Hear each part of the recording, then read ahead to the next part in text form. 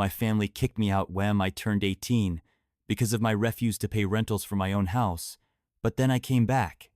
I think the cruelest part of life is how you can live through a moment completely unaware that it's the last time you'll ever feel safe in it. That's how my 18th birthday felt: warm, familiar, like home. If I had known then what was coming, maybe I would have held on to it a little longer. Maybe I would have savored every second. But I didn't, because I thought my family would always be my family. The house smelled like baked chicken and garlic bread me mom had been cooking all afternoon, something she never really did unless it was a special occasion.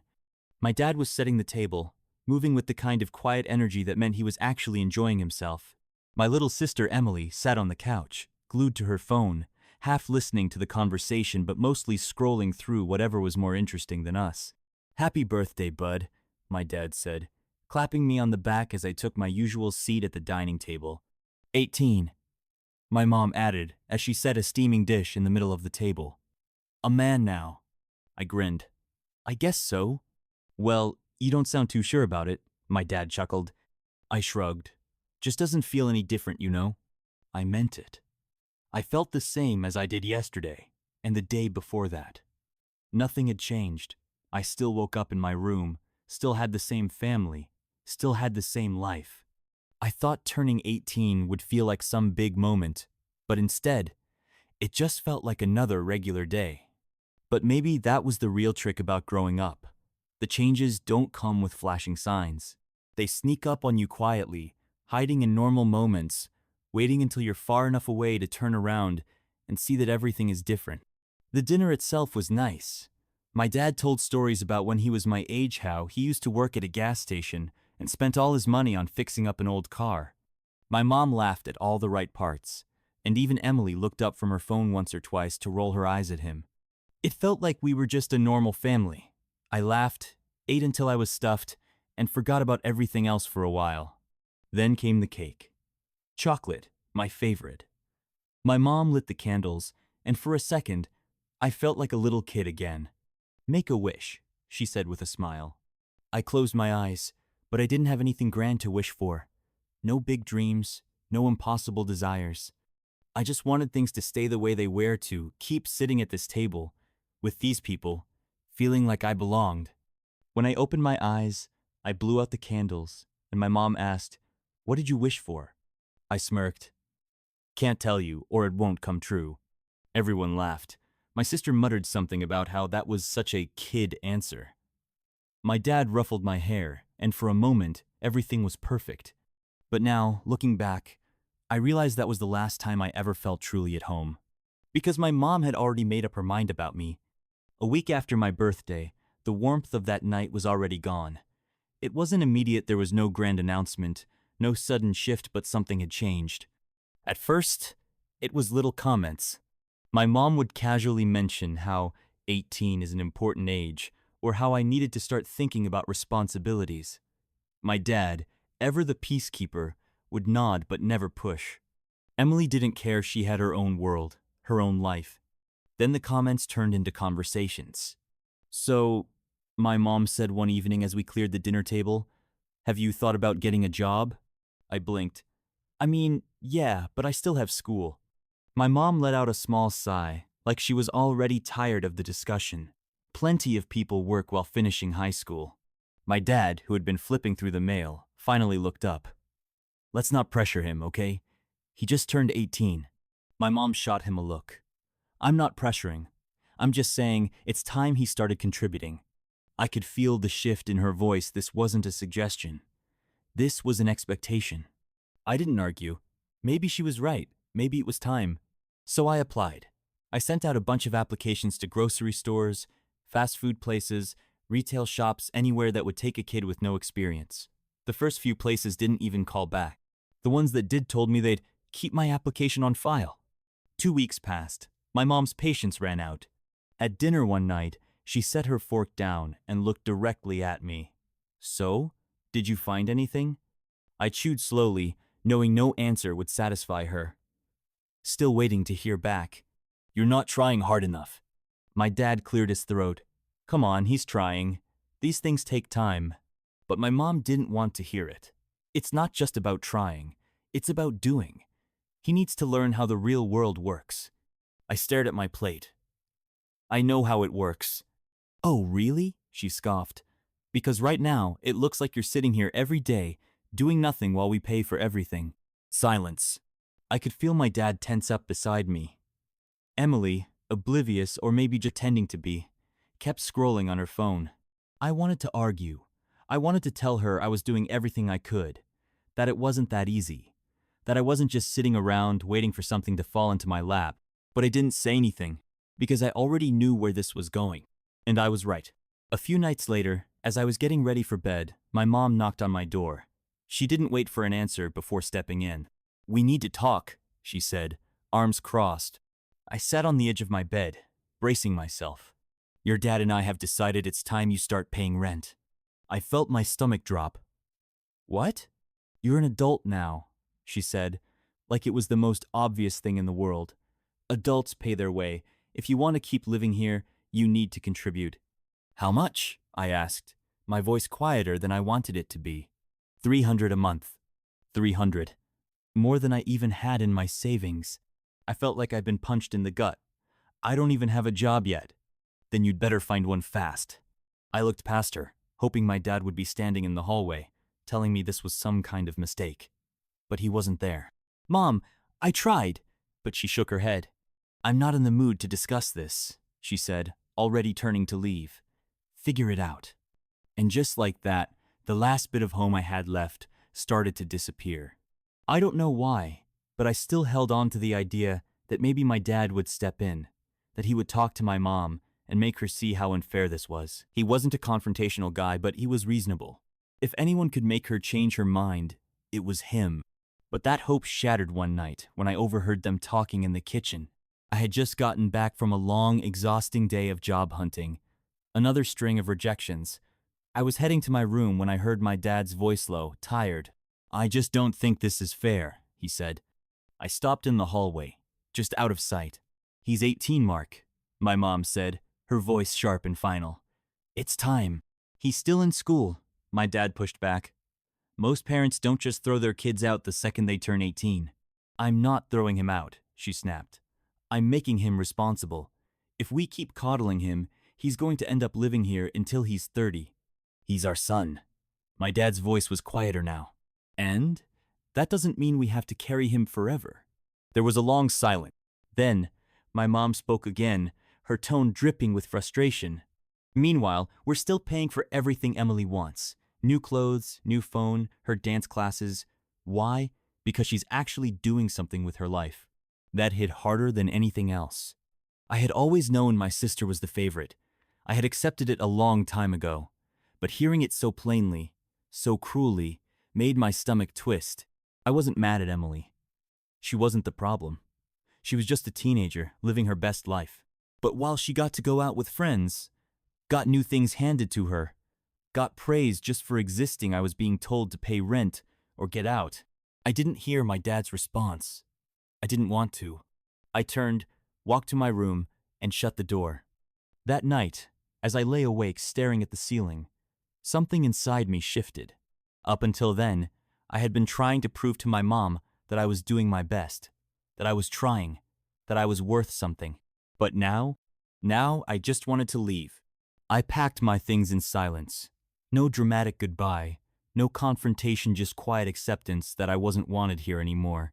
The hardest part was knowing that if I had been anyone else, if I had been Emily, if I had been the kind of son my mom wanted, I wouldn't be in this position. But I wasn't. So here I was, stuffing my clothes into a duffel bag, knowing I wasn't coming back. The only person I told was my dad. I waited until my mom and Emily had gone out for the evening, then found him in the garage, pretending to fix something on the car just to get a moment of peace. "I'm leaving," I said. He looked up, wiping his hands on a rag. "What?" "I'm moving in with Grandma." He stared at me for a long moment. Then, with a slow nod, he said, "You sure about this?" I swallowed hard. "Yeah. She said I could stay as long as I need." My dad exhaled through his nose, setting down his tools. "Your mom's not gonna like that." "I don't care." He studied me for a second, like he was trying to find the right thing to say. Then he just nodded. "Probably for the best." And that was it. He didn't try to stop me. He didn't tell me I was making a mistake. He just accepted it. Before I left, he reached into his wallet and handed me a couple of bills. Just in case. I hesitated. If she finds out you gave me this, she won't. His mouth twitched into something that wasn't quite a smile, but close enough. And if she does, well, I'll deal with it. I took the money and shoved it in my pocket, not trusting myself to say thank you without my voice shaking. I left that night. Grandma didn't ask for explanations. When she opened the door and saw me standing there with my bag slung over my shoulder, she just nodded and stepped aside. "Come in," she said, as if I had just come home from a long trip instead of walking away from everything I had ever known. Her house smelled like old books and cinnamon, just like I remembered. She led me to the spare room, small but clean, with an actual bed instead of a futon or a couch. I set my bag down and finally let myself breathe. For the first time in weeks, I felt safe.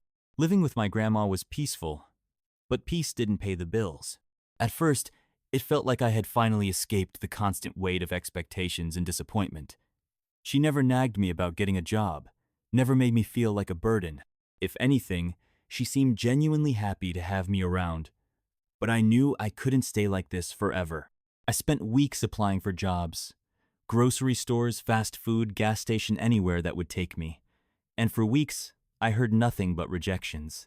"Sorry, we're not hiring. We're looking for someone with more experience. We'll keep your application on file." It felt impossible. Every door I knocked on, every effort I made, just led me back to the same empty place. The money my dad had given me stretched further than I expected, mostly because my grandma refused to let me pay for anything. But I hated depending on her. I hated feeling like I was failing. One night, I sat in bed, staring at my phone. My bank account balance was pathetic. I had never felt this hopeless before. That's when I remembered something. Years ago, back when I was maybe 14, I had stumbled into the whole cryptocurrency craze. I didn't know much about it, but I was curious. I had scraped together about $100 birthday money, some odd jobs here and there, and bought Bitcoin. And then, I forgot about it. I never took it seriously. It was just one of those random things you do as a kid, expecting nothing to come of it. But sitting there that night, at my absolute lowest, I suddenly remembered. I logged into my old account. It took a few tries to reset my password, but eventually I was in. And that's when I saw it. The price had skyrocketed. My heart started pounding. I stared at the screen, refreshing the page over and over like I didn't believe what I was seeing. The small investment I had made years ago, $100 I barely thought Abathad, turned into something else entirely. 6 figures. I felt like I couldn't breathe. For the first time in months, I wasn't trapped. I wasn't stuck begging for a minimum wage job that wouldn't even cover rent. I had a way out. That night, I made a decision. I didn't sell all of it, just enough. Enough to give myself a future. Enough to make sure I would never have to rely on anyone ever again. By the time I closed my laptop, my life had changed. I wasn't just surviving anymore. I had won. The morning after I sold a portion of my Bitcoin, I woke up feeling like I had stepped into a completely different life. For months, I had been stuck in survival mode, counting every dollar, worrying about my next meal, feeling like a burden. And now I had more money than I had ever imagined. But I didn't feel like celebrating, maybe because deep down, I still wasn't over everything that had happened. The rejection, the feeling of being unwanted, it lingered, even with $1 million sitting in my bank account. But there was one thing I did know. I wanted to take care of the people who had actually cared about me. The first thing I did was buy my grandma a house. She never asked for anything. She never even hinted that she wanted something from me. But I knew she deserved better. Her little home had always been cozy, but it was old, falling apart in places she pretended not to notice. So I found a house small but beautiful, with a big porch and a garden in the back. I signed the papers, transferred the money, and then sat her down at the kitchen table. "This is yours," I said, sliding the paperwork toward her. She squinted at it. "What do you mean?" "I bought you a house, Grandma. You don't have to live here anymore." She just stared at me. Then, after a long moment, she shook her head. "Ray, I don't need a new house." "I know," I said, "but you deserve one." For the first time since I moved in, I saw her eyes well up with tears. She reached across the table and squeezed my hand. I didn't take you in expecting anything in return. I know, I said again. That's why I'm doing this. She tried to argue, tried to tell me she was fine where she was, but I didn't budge. I had the money, and there was no one else I'd rather spend it on. The next thing I did was for my dad. He was the only one who had fought for me, even if it wasn't enough. I knew he wasn't happy with how things had turned out, and I knew he carried a lot of guilt for not standing up to my mom harder. He had always wanted a classic car, some old, restored muscle car from his teenage years, something he had dreamed about but never let himself buy because there were always more important expenses. So I bought it for him. I didn't tell him. I just had it delivered to his house, parked right in the driveway with a bow on it. A few hours later, my phone rang. What the hell is this? His voice was a mix of shock and something else, something I hadn't heard in a long time. Excitement. It's yours, I said. Go take it for a drive. He was quiet for a long time. Then he said, Your mother's not going to like this. I smirked. That's not really my problem anymore. He let out a short laugh, then sighed. You didn't have to do this, son. Yeah, I said. I did. I could hear the emotion in his voice when he said, Thank you. And for the first time in a long time, I felt like I had done something right. I didn't do it for revenge. At least, that's what I told myself. But as I sat at the head of the table in the private dining room of a Michelin star restaurant, watching my mother shift uncomfortably in her chair, I couldn't deny that there was something satisfying about this moment. The whole family was Haremy Dad, who looked both proud and nervous, my grandmother, who had dressed up for the occasion and was sipping her wine with quiet amusement, and Emily, who was already scrolling on her phone, clearly bored. And then there was my mom. She had been wary from the start. The invitation had come out of nowhere, just a polite message saying I wanted to take the family out for dinner, my treat. I knew she was suspicious, but curiosity, or maybe guilt, had won out. Now, she was here, in a restaurant she never could have afforded, eating food prepared by chefs whose names were probably in magazines. And she hated it. She hated that I had done this without her help, that I had succeeded after she had written me off. I let the silence linger for a moment before I finally spoke. I just wanted to say thank you, I said, setting down my glass. To all of you. My dad gave me a small nod. My grandma smiled. Emily barely looked up. My mom narrowed her eyes. For what? For everything, I said simply. For the lessons. For pushing me out when you did. She scoffed. Oh, so now you're pretending it was all part of some grand plan? No, I said. I just realized that if you hadn't done what you did, I wouldn't be here. I gestured around the room, at the expensive meal, at the life I had built without her. Her jaw tightened. She wanted to say something, but she didn't know what. Emily, never one to let a moment go by without inserting herself, smirked. So what, you're rich now? That's your big success story? I turned to her. Yes. She rolled her eyes. Wow, congrats, you got lucky. I tilted my head. Did I? She waved her hand. Bitcoin, right? You didn't actually work for it. You just happened to be in the right place at the right time. I leaned forward, resting my elbows on the table. You're right. I was lucky. But luck didn't get me here. What got me here was being smart enough to hold on to that investment. It was learning from my failures. It was refusing to give up even when I had nothing. Emily scoffed, crossing her arms. Whatever. I didn't need to say anything else. Because I saw it in her face, the jealousy, the frustration. She had always been the one who got everything handed to her, but now, for the first time, she was the one left out. She pushed her chair back and stood up. I don't need to sit here and listen to this. I shrugged. Then don't. Her eyes flashed with anger, but she didn't have a comeback. Instead, she stormed out, heels clicking against the floor, leaving behind an awkward silence. My mom's expression was unreadable. My dad sighed. My grandma just sipped her wine, clearly enjoying the drama. I stood up, adjusting my jacket. Dinner's on me, I said. Order whatever you want. And then, without another word, I walked out. I didn't need closure. I didn't need an apology. I had already won. Walking out of that restaurant, I felt lighter than I had in years. It wasn't about proving anything to them anymore. I had done that just by existing, just by succeeding without their approval. But my story wasn't over. I didn't just sit on my wealth.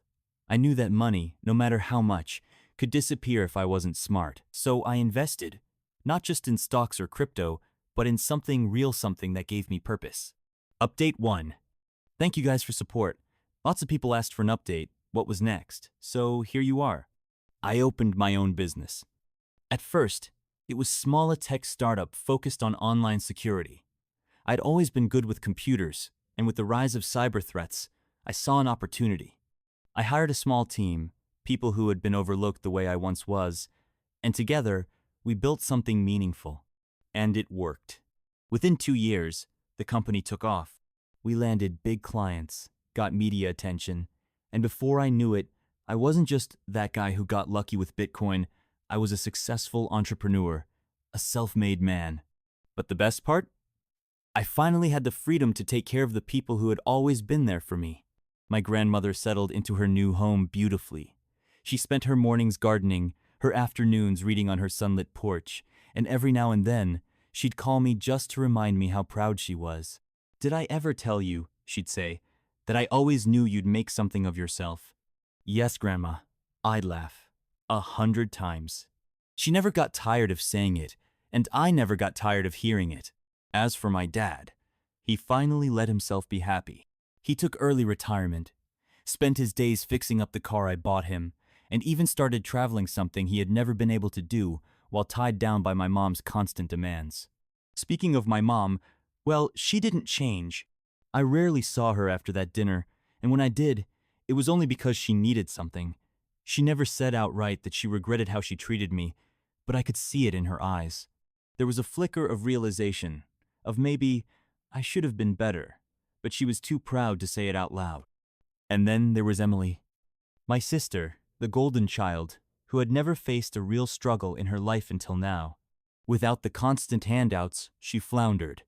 She had expected life to be as easy as it had always been, but reality had other plans. She hopped between jobs she hated, complained about how unfair everything was, and resented me for rubbing my success in her face, even though I had never done anything but live my life. One day, she reached out. "I need a job," she admitted over the phone, her voice quieter than usual. I could have said no. I could have reminded her of every time she looked down on me, every time she dismissed me, but I didn't. Instead, I said, "Come in for an interview." Because that's the thing about success, it's not about revenge or proving people wrong. It's about rising above, about becoming the kind of person who doesn't let bitterness define them. She came in. She saw my company, saw what I had built, and for the first time in her life, I think she realized that I wasn't the loser she'd always assumed I would be. I didn't give her any special treatment. I let her go through the hiring process like everyone else. She got the job, but she had to earn it. And slowly, she changed. Maybe not overnight. Maybe not completely. But for the first time, she started to understand what it meant to work for something, rather than just expect it. Looking back, I wouldn't change a thing. I lost my family once, but I built something better. A life on my terms. A future that no one could take away from me. And at the end of the day, that was the best revenge of all. Let me know what you think about this story. I'd love to hear your thoughts in the comments. Feel free to share your own experiences too. It would be interesting to read. And if you enjoyed it, don't forget to like and subscribe. Your support means a lot.